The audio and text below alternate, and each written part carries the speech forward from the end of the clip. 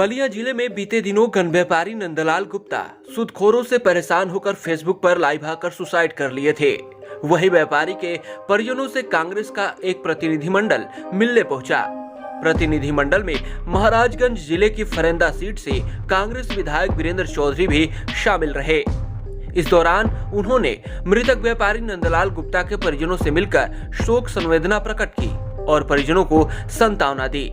विधायक वीरेंद्र चौधरी ने परिजनों को अपने वेतन से 50,000 रुपए की आर्थिक सहायता देने का ऐलान किया और व्यापारी की मौत के लिए जिम्मेदार सभी आरोपियों की गिरफ्तारी और उनके खिलाफ कड़ी कार्रवाई की मांग की। वहीं सरकार से 1 करोड़ रुपए आर्थिक मुआवजे और परिवार के एक सदस्य को नौकरी देने की मांग की। इस मामले को लेकर कांग्रेस नेताओं ने प्रियंका गांधी को एक पत्र भेजकर न्याय दिलाने की भी मांग की। जितनी भी निंदा की जाए वो कम है ऐसी घटनाओं के लिए। भाई योगी जी चाहते हैं कि इसमें जीरो टॉलरेंस है और प्रशासन अपना कानून व्यवस्था देख रहा है, लेकिन जो आप देख रहे हैं, आप तो यहाँ के रहने वाले हो, मैं तो महाराजगंज से चल के आया हूँ। इस तरह की इनलीगल घटनाएं जिसमें इनलीगल तरह से हिंदी भाषा में, पूरब की भाषा में, हम तो पूर्वांचल के रहने वाले लोग हैं, पूरब की भाषा में इसे सूदखोरी कहा जाता है। सूदखोरी का इससे बड़ा कोई उदाहरण नहीं हो सकता है। और ये सूदखोर ये राजनीतिक दल और ये सत्ताधारी दलों से संरक्षण प्राप्त लोग हैं जिन्होंने इतनी बड़ी घटना को अंजाम दिलवाया। वो व्यक्ति नंदलाल गुप्ता, बताइए, बलिया आर्म्स कॉरपोरेशन जैसी पुरानी रेप्यूटेड दुकान का मालिक था। किन्हीं कारणवश उसने किसी से पैसा ले लिया हो। मैं नहीं मानता, मजबूरी में बहुत लोग कुछ करें, लेकिन क्या उसका परिणाम यह आमदान होना चाहिए था? ये अंजाम हुआ उसका कि उसकी ज़मीन भी फर्जी लिखवा ली गई और उसके साथ मजबूर होकर उसको अपनी जान गंवानी पड़ी। पीड़ित पत्नी से मिले हैं, क्या हालात इन लोगों का है और कार्रवाई से कितना संतुष्ट है? मैं तो अभी उनकी पत्नी से मिल के आ रहा हूँ, उनके भाई से मिल के आ रहा हूँ, उनकी माँ से मिल रहा हूँ। उनके आंसू नहीं रुक रहे हैं। आज घटना को 12 दिन हो गए, मेरे ख्याल आज 14वां दिन उस घटना का है। उनके आंसू आज भी बंद नहीं है।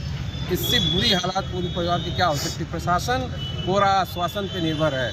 प्रशासन ने आश्वासन दिया कि हम उस जो रजिस्ट्री में उन्होंने जो ज़मीन लिखवाई थी उसको रद्द कर देंगे। आज बताइए, ऐसा प्रशासन 14 दिन में आज तक उस कार्रवाई को अंजाम नहीं दे पा रहा है। ऐसा किसका दबाव पड़ रहा है? इतना दिन बीत जाने के बावजूद भी अभी कुछ लोग गिरफ्तार नहीं हुए हैं, ना ही बुलडोजर का बाबा चला है। यही तो मैं आपसे पूछ रहा हूँ, मेरे पत्रकार साथियों, आप लोग भी सोचो, बलिया में इस तरह के लोग किसके दबाव में प्रशासन काम कर रहा है कि ऐसी बड़ी घटना होने के बाद आज भी बुलडोजर नहीं चला उनके घरों पे और आज भी गिरफ्तारी नहीं हुई। तो क्या मानते हैं भाजपा से वो पदाधिकारी इसलिए नहीं चला?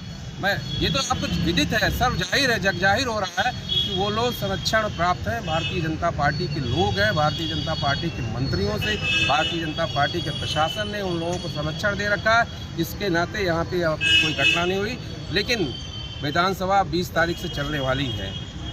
बुलडोजर बाबा जिनको आप लोग नाम देते हैं, बुलडोजर बाबा को विधानसभा में इसका जवाब देना पड़ेगा कि बुलडोजर अगर चल सकती है तो स्वर्गीय नंदलाल गुप्ता के आपने आज देखने के बाद मुझे ये लगा कि मेरी बहन है, इसके साथ ऐसी घटना हुई। मैं खुद 50,000 रुपये अपने विधायक कंकास में इनको दे दूँगा और पार्टी से भी उनको सहायता दिलवाऊँगा। और साथ ही साथ जो उन्होंने वादा किया प्रशासन ने, अगर प्रशासन उस पर खरा नहीं उतरा, कुछ इंतज़ार हम भी कर रहे हैं, क्योंकि परिवार उनसे कह रहा है कि हो सकता है प्रशासन 1-2 दिन में कर दे।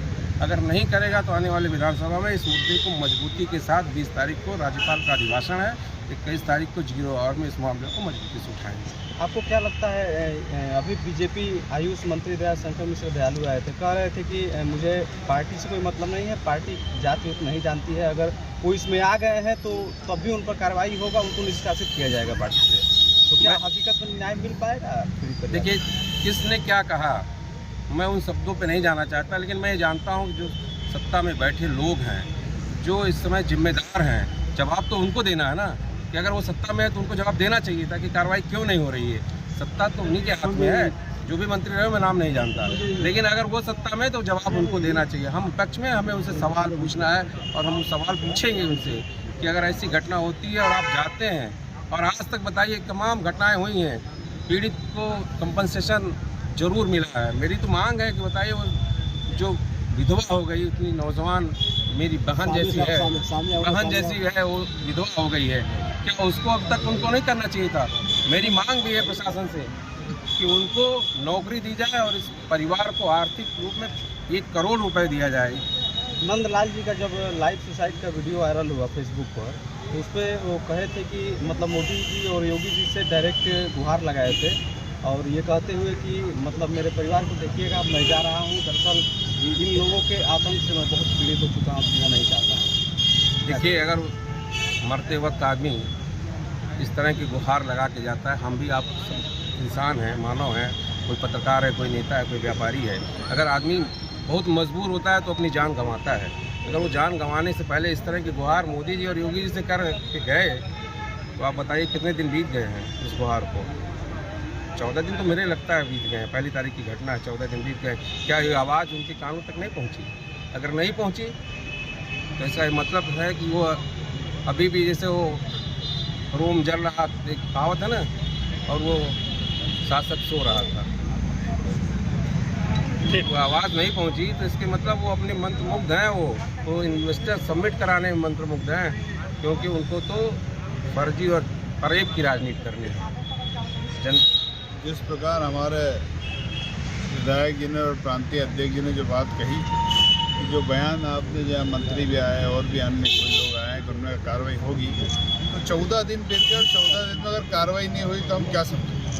भाई कार्रवाई तो तुरंत बहुत से कोई बहुत विषयी मुद्दा हो तो 2 दिन या 3 दिन या 4 दिन तत्काल कार्रवाई और राहत जो देना थी मुख्यमंत्री सहायता से जो राहत मिलना थी वो भी नहीं मिली। जिला प्रशासन ने ध्वस्तीकरण का अनाउंस करवाया 3 दिन में, परंतु 3 दिन का यहाँ कई दिन बीत गए फिर भी नहीं हुआ। वही तो मैं स्पष्ट कर रहा हूँ कि उन्होंने ना तो ये कार्रवाई की, ध्वस्तीकरण की, वो तो जहाँ है कि कुल मिला के भारतीय जनता पार्टी की जो सरकार है उनसे जुड़े लोग हैं, उनकी पार्टी के लोग हैं, वो कार्रवाई बिल्कुल नहीं कर रहे हैं। और हम हमारे माननीय विधायक जी और हमारे प्रांतीय अध्यक्ष जी ने विधायक निधि से भी विधायक निधि पर्सनल उनकी तनख्वाह से 50,000 रुपये देने का जो निर्णय लिया, मैं उनका स्वागत करता हूँ।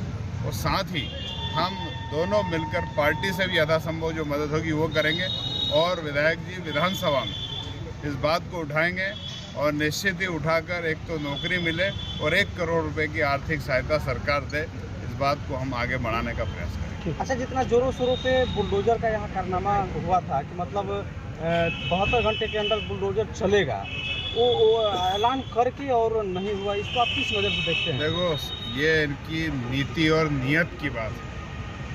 स्पष्ट हो गया कि जहाँ बुलडोजर नहीं चलाना वहाँ बुलडोजर चलाते हैं, और जहाँ चलना था, जो आप खुद कह रहे हैं चलना था और सरकार का, जिला प्रशासन का निर्देश था, शासन का निर्देश था, इसके बाद नहीं चला, इसका मतलब आने वाले समय में इस बुलडोजर को जनता जरूर चलाएगी।